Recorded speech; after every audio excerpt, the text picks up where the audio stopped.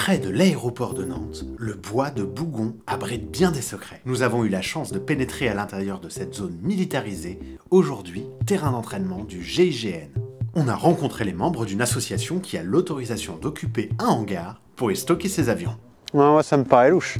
C'est pas un peu la zone 51 française et vous êtes la couverture? Ils sont où les aliens? Dans cette forêt figurent encore les vestiges d'un château. Aujourd'hui en partie délabré, il a été construit par un industriel nantais du 19e siècle, occupé par les soldats de la Luftwaffe pendant la guerre, puis abandonné. Nous avons également découvert les ruines d'anciens baraquements militaires transformés en abris de fortune pour des familles nantaises victimes de bombardements. À ce sujet, quelques impacts d'obus sont encore bien visibles aux abords de l'aéroport. Ah, vous êtes là? Ladies and gentlemen, mesdames et messieurs, my name is Alexis. Je suis votre commandant de bord et je vous souhaite la bienvenue. Welcome on board. Bienvenue dans LA Confidentiel. La série qui explore les lieux interdits et sécurisés de Loire-Atlantique. C'est parti! Wouh!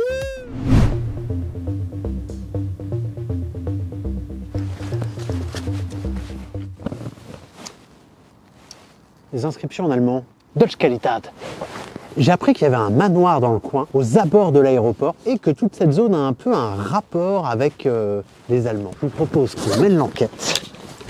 Vous êtes prêts? Venez avec moi. On a rendez-vous avec les membres de l'association R. Bonjour messieurs. Bonjour. Bonjour. Bonjour. Là ici on est sur les terres de Château Bougon. Et là je crois que vous m'amenez voir un manoir, c'est ça? Oui, plus qu'un manoir, même un petit château on peut dire. On marchait tranquillement en direction de ce mystérieux château lorsque soudain... Le château était... Oula, ça va? Le château...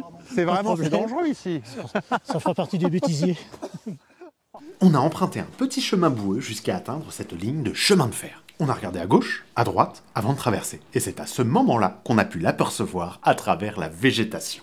Oh, il ne bougeait pas. C'était un élégant manoir qui est sorti de terre en 1864. Et c'est pas n'importe qui l'a fait construire. Paul Renault, c'était un industriel nantais, bien connu nationalement dans le machinisme agricole. L'inventeur de la machine à battre. La moissonneuse-batteuse, quoi. La moissonneuse-batteuse, on peut dire ça. Son ancêtre. La moissonneuse-batteuse, parce qu'elle n'était pas autonome. Les batteuses sur site.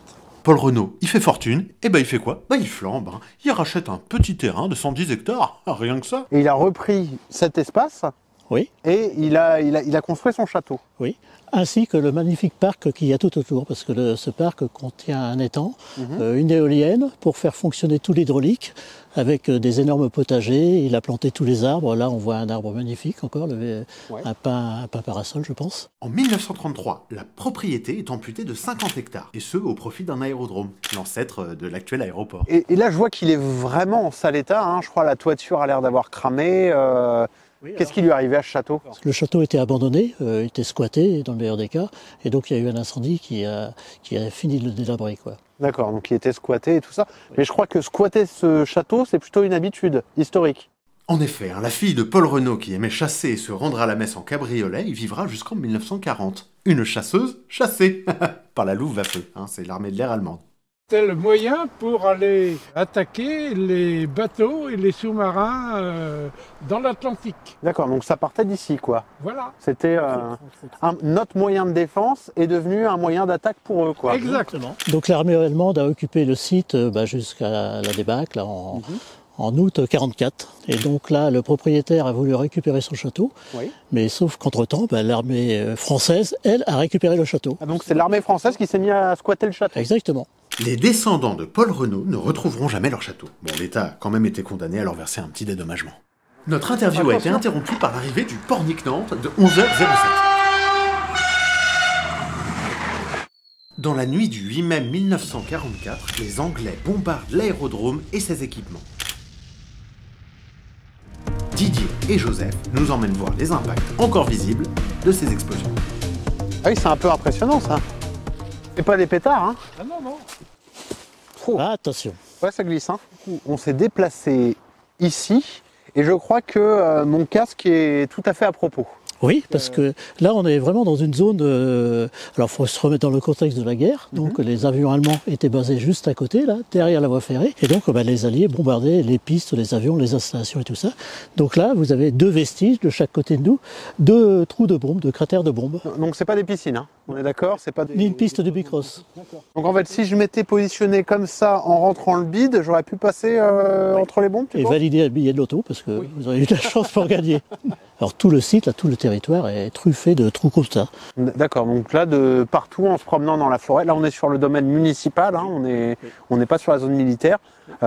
Cette partie-là aussi, quoi, elle est truffée de vestiges de la Seconde Guerre mondiale, des trous d'obus comme ça. Mais je crois qu'il y a d'autres choses. Il y a pas... Alors il y a aussi des restes de baraquements. Baraquements qui avaient été construits par les Allemands durant la guerre. Ça m'intéresse. Nous suivons ces 2 fringants retraités vers les ruines de ces logements de fortune, aujourd'hui totalement grignotés par la végétation. Ces baraquements étaient complètement désaffectés après-guerre, sont restés désaffectés durant jusqu'en 51 à peu près, et à partir de 51 jusqu'en 1972, sont venus vivre dans ces baraquements, soit logés plus ou moins officiellement, soit par squattage, des dizaines de familles, avec des gens qui venaient de toute la région, surtout des gens qui venaient de Nantes, des quartiers qui avaient été bombardés. Donc des familles vraiment démunies, qui n'avaient pas de logement, et qui sont venus prendre ces baraquements militaires avec l'aide d'Emmaüs et de la Croix-Rouge. De 1953 à 1975, 250 familles vivront dans des conditions limite. C'était vraiment toute une population qui était complètement ignorée du reste de la population bougnésienne. Et c'était un village dans le village, quoi. Oui, mais d'où le terme de village noir, qui est un terme quand même assez péjoratif. Oui. Ça sent un peu la cour des miracles, quoi. Voilà. Alors que c'est juste des pauvres gens qui n'ont pas eu de chance, quoi. Exactement. Et quand on parle avec les Bougnésiens qui ont vécu cette époque-là, ils avaient tous entendu parler du village noir, mais ils avaient interdiction par les parents de venir se frotter à une population étrangère. Oh, les salauds. Alors, heureusement que la mentalité à Bougnay a un peu changé. La vie de ce village caché cessera avec l'arrivée d'une nouvelle voie de chemin de fer. Peu à peu, ses occupants seront relogés dans des cités HLM aux alentours. Le château Bougon, lui, servira de logement à la gendarmerie de l'air jusqu'en 1985. Et du coup, là, le château, on l'a vu, enfin, on l'a entreaperçu. Qu'est-ce qui devient depuis 15 ans? Il continue de se délabrer Alors il continue de se délabrer, il est même complètement en ruine maintenant depuis il y a eu un incendie en 2007. Mais l'été dernier, on a eu la chance, nous avec l'association R, d'aller sur le site. On a eu des autorisations de militaires. Vous êtes sûr que vous avez eu les autorisations militaires, hein? Vous n'êtes pas déguisé la nuit, avez rampé dans les gadous? Et donc pendant 2 jours, on a eu tout le loisir de circuler sur tout le site. Non seulement de voir le château, de voir les restes de baraquements, parce que de l'autre côté, il y a ce qu'on appelle la cité Abbé Pierre, c'est-à-dire là où l'abbé Pierre était venu. Il y a 3 énormes baraquements de 60 mètres de long qui sont encore debout. Il n'y a plus le toit, mais ils sont encore debout. Ouais. Et on a pu aller vérifier toutes les infrastructures qui restent, et il reste énormément de choses. Parce que depuis la dernière guerre, donc ça n'a pas bougé. D'accord, donc c'est une image vivante de la période, quoi. Et on s'attendait à avoir un lieu complètement entouré de la végétation, mais non, c'est toujours comme ça, quoi. C'est même en meilleur état parce que les pistes en ciment qui servaient pour les avions pour se cacher dans la forêt sont toujours là et on peut circuler facilement. Entre le château, entre la voie ferrée et le château et les pistes, là il y a peut-être moins d'1 kilomètre où ça n'a vraiment pas bougé depuis la fin de la guerre. Et maintenant, attachez vos ceintures et serrez les fesses. Nous allons pénétrer à l'intérieur de cette mystérieuse forêt. Attention, on rentre sur le site là. Alors ils nous ont conseillé de ne regarder ni à gauche ni à droite. Ils ont dit attention aux sangliers, mais je crois que c'est un nom de code. Nous avons obtenu l'autorisation grâce à une association passionnée d'aviation. Allez, suivons le convoi. Oh, le avion. Alors ça, je crois que c'est une ancienne tour de contrôle désaffectée. Il en reste plus grand chose. Oh, elle n'est pas hantée, je vous rassure. C'est un tout petit hangar au fond des bois. Il y a juste quelques fonds d'aviation qui entreposent des vieux coucous.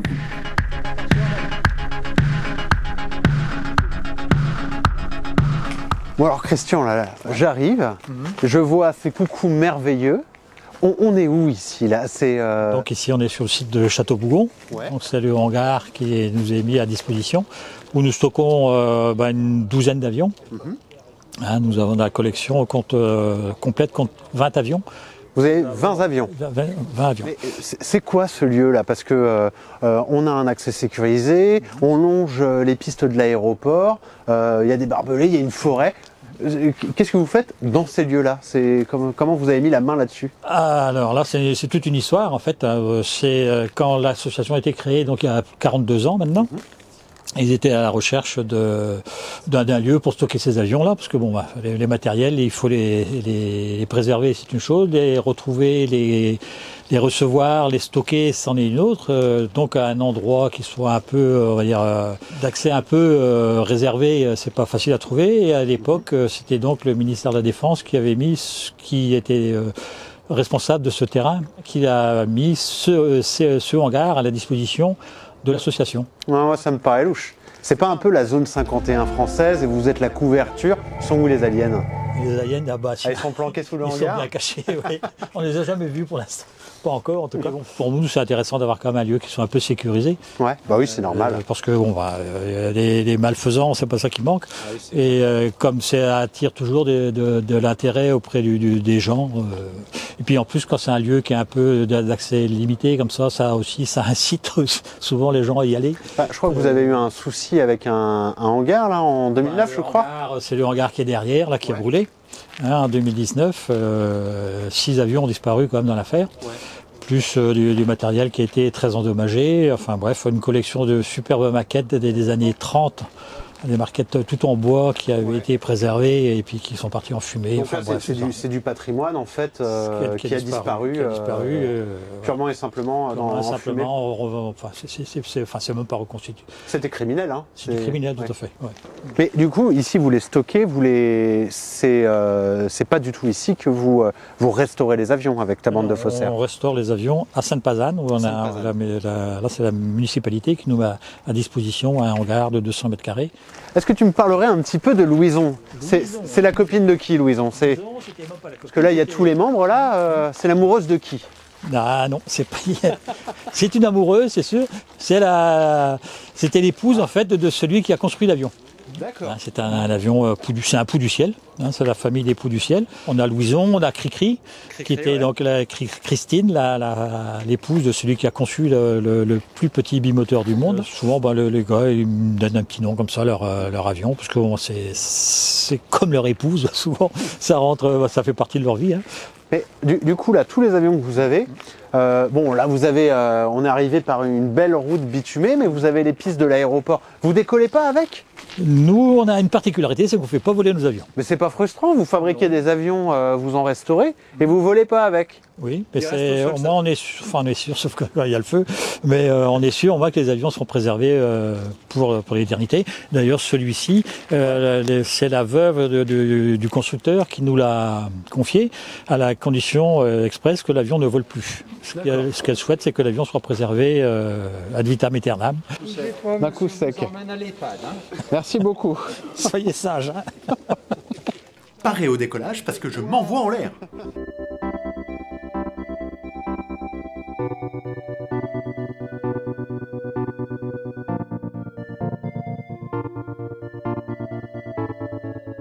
Bonjour camarades.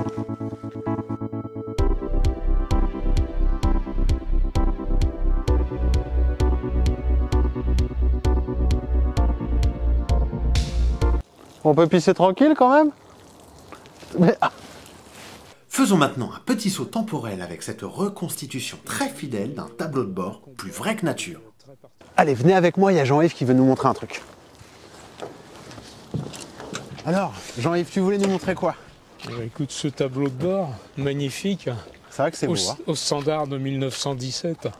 D'accord, donc ça, c'est les instruments de 1917. Alors, ce sont des copies. Mais là, c'est vous qui les avez reproduits, qui les avez fabriqués. On a reproduit quasiment tout, sauf la montre qui est d'origine quasiment. D'accord. Tu peux me détailler un petit peu qu'est-ce qui est quoi? Alors ici, on a les commandes électriques des magnétos pour l'allumage. Magnéto, ici, Serge? Non. Magnéto. Serge? Non, c'est pas ça? Non. Ici, on a une pompe à air. Qui servait à alimenter le circuit de synchronisation des mitrailleuses avec l'hélice. Parce qu'en fait, la mitrailleuse tire à travers l'hélice. Oui, c'est histoire de pas flinguer l'hélice quand tu tires. Exactement, donc il y a eu des systèmes inventés, je passe les détails, mais ça se mettait sous pression avec une pompe à air. Ah, pour dézinguer les gens, on est toujours très habile pour trouver des techniques. Ah, mais les guerres, ça fait avancer la technologie, c'est bien connu. Drastiquement. Mais ici, on a un altimètre, un compte-tour, un indicateur de vitesse, et puis un compas qui est très particulier, qu'on a reproduit exactement. Ici, on a un chargeur de rechange pour la mitrailleuse qu'on n'a pas montée, là, qui va au-dessus, que le pilote peut changer. C'est de la mitraillette à camembert comme dans les films noirs, ça. Mitrailleuse. Ah, mitrailleuse, pardon. Et maintenant, dernier secret bien gardé de cette forêt, le GIGN, la force d'intervention de la gendarmerie, s'entraîne en conditions extrêmes ici. Aérocordage, camouflage, promenage, etc., etc. Bref, on vous déconseille fortement de tenter l'expérience tout seul. Vous, en fait, vous êtes un peu les pères Fouras de Bougnay. Oui, alors ça se avec votre association. Ouais.